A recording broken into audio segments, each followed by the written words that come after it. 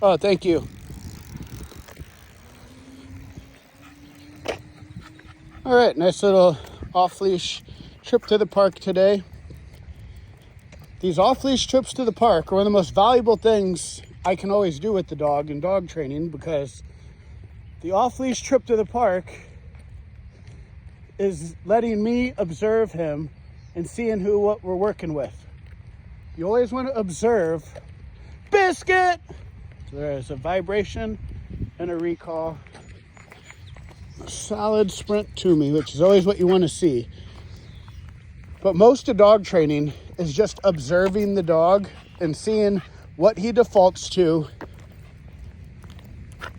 who he is, his traits, what we need to kind of reshape and remold, and then what we can exploit to our advantage, what we know about him, what we can exploit to our advantage, and what we need to work on.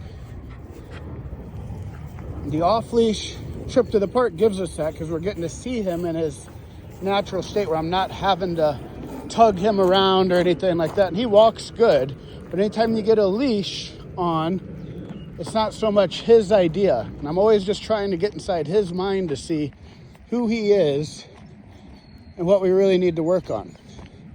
The default behaviors I always want to see is, does he even care about me off leash? Meaning, does he ever come check in with me? Is he looking at me ever? Or is it just complete apathy when he's off leash? And he's pretty close to what we'd want.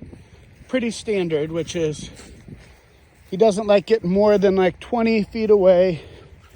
He'll kind of follow my direction of motion and kind of stick within my little bubble, which is one of the main things I always try to build on a dog. Not that he has to be in a off-leash heel with me, but him is by default keeping an eye on me, and I'm using my motion to kind of direct him around. And then while we're out here on these off-leash walks, there's going to be recall opportunities and things that pop up that are great training opportunities. But what I'm really trying to do is just get inside his subconscious by doing this. When he starts looking at something, I get distance, I get the speed back to me.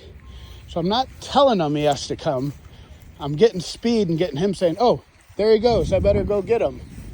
And I'm charging all this behavior by just feeding food when he does come check in. But it's get distance, direct the motion, and feed. And just appeal to him at the best way you can always appeal to a dog, which is speed and food. Chase after something, get food. And get inside his mind and say, I need to keep an eye on this guy,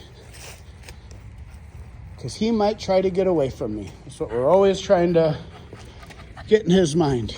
And then again, we'll sit here and see, what does he default to? And that's exactly what you want him to default to, is the down of, oh, we're not moving? I guess I just lay by your feet. Not me commanding him around, telling him what he has to do, getting inside his mind where he's choosing the behaviors we wanted him to. And we have a strategy of how we're doing it. It's not magic. It's not like he's just acting perfect. We've been leading him to paths to success, through food and body language and just some basic psychology to get him going down the path we want to, following the breadcrumbs that we've been setting for him. And he's doing great. He's having fun.